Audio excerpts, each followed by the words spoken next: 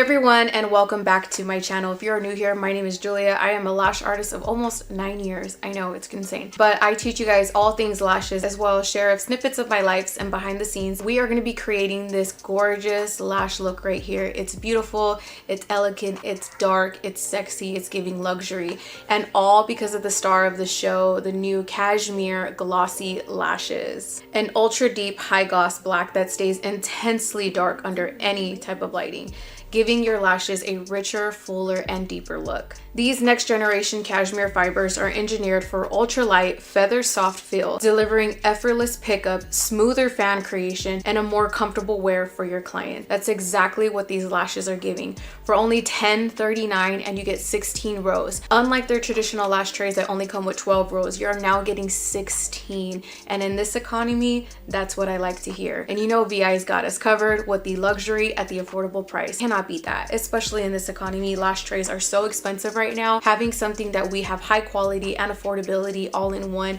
is truly a blessing. So if you want to see how we went from this to this, then just keep on watching. When they say she get it from her mama, I'ma say you fuck right, body rude is humble like tell me in the humble, tell me is you down, cause I'm trying to go good tonight. All right, gorgeous babes, we're jumping into it. It's voiceover time. We are starting with Caramel Adhesive, my absolute favorite adhesive in the world. The drying time is so beautiful. All you have to do is kind of adjust your temperature and humidity if you like it to be faster, if you like to be slower, and the retention on this glue is amazing. I think because the viscosity is thinner and it's the lighter color, you could really see where you're placing your fan. My absolute favorite lash fan of all time. I love this fan. It's portable, it's small, it's very sleek, it's very aesthetically pleasing on my lash cart. It's so fast. It's, like I said, it's very powerful for a little tiny fan. Going in with the Black Noir tweezer. This tweezers I'm obsessed with. Hands down, true and true. VEYES did their big one with these tweezers. I love the fiber grip, but for some reason, unlike other fiber grip tweezers, the steel of it can be a little flexible. Now, you kind of have to have experience with fiber grip tweezers to kind of understand what I mean by that, but just know that the steel on these ones is a lot durable. So when you drop them, you're actually not going to bend them as bad as other ones that I've actually experienced with. So going in with NextCare sensitive skin tape to tape down the bottom lashes. My client is actually extremely sensitive to texture and feels of products, and we noticed with her we just can't use gel pads, so we're gonna go in and use straight tape.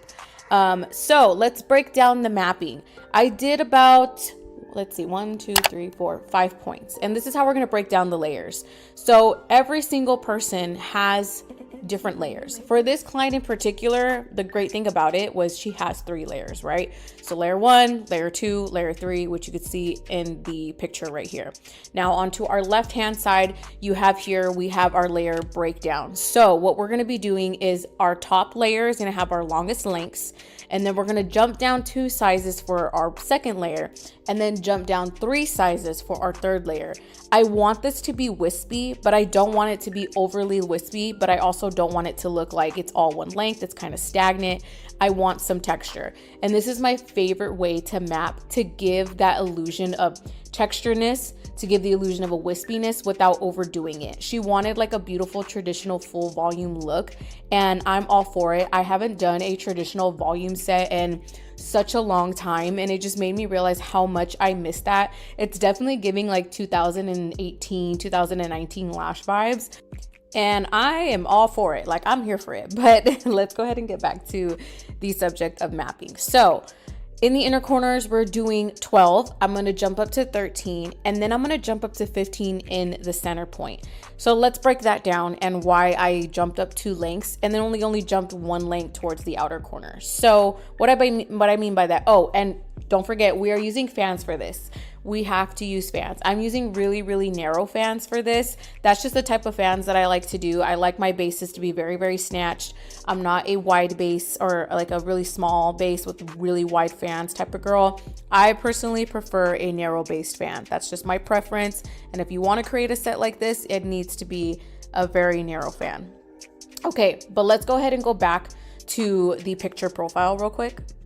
So for her look, I wanted to create not really a cat eye, but I didn't want it to be an open eye. So here you can see in the mapping that it is a little bit off center. Now, just because on the gel pad, when she closes her eye, the mapping points look like it's directly centered of her eye, but when you open your eye, it's completely different. So again, this is why having like the little dots when you're putting on, like doing the mapping on your client, you put like the little dots where you want your mapping points, because they are so completely different when the eye is open than when the eye is closed. So you need to keep that in mind. So as you can see here, 15, we drop down to 14, we drop back down to 13. That gives the illusion that the eyes are more elongated by the brow bone arch, as opposed to doing like a cat eye where all the longer links are towards the outer corner. I hope that makes sense. So for me, a cat eye for her makes her eyes look too big, and an open eye makes her eyes just look really, really funny. So having it off center point like this just really complements her eye shape so well. So it's hard. I understand. Mapping is so complex, and I definitely really want to do like a full-on mapping course with people one day. I definitely would love to break down mapping a lot more. I'm trying to figure out how, but trust me, those videos are coming. Okay, just wait. But that's pretty much how I envisioned it in my head. I really hope that makes sense. Let me know if it does. Let me know if you guys want more videos like this, where maybe I can break down the details a lot more, where it's literally just a specific mapping and brow shape video, where maybe like you can see me and like I can draw on the picture profiles, because it looks like you guys really like when I draw the mapping out and like describe it as I'm doing it. So yeah, let me know. So anyways, we're moving on. We're lashing. We're here at the bottom layer. Again, guys, remember we're jumping down 2 sizes and then jumping down 3. If you want your wispy sets to stand out, you have to jump more than 2 sizes. Now, the reason being why I took it 2 sizes in the middle is because I really, really wanted that depth and that darkness to kind of stand out. Again, I didn't want it to be too wispy, because when you're doing a volume set, if you're going down a bunch of sizes, it looks really funny. The only way you can get away with doing that and not make it look so weird is if you're doing like spikes, or if you're doing like a wet set. Then that's probably the only time you can go down those 2 sizes without making it look like, I don't know, it just doesn't look right. Okay. So again, I hope I'm making sense. I try so hard to like envision it the way my brain thinks, but I'm like, I hope I'm explaining it correctly. But yeah, I'm gonna go ahead and let you guys watch me a little bit of a speed up of the process of me lashing, because you guys said to make this section a little bit longer.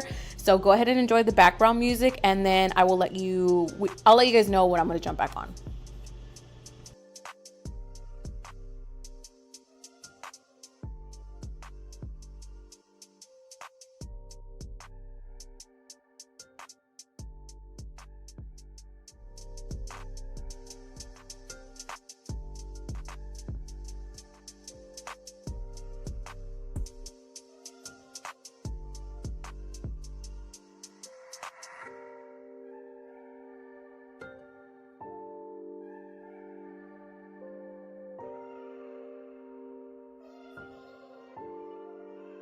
NT, you made this?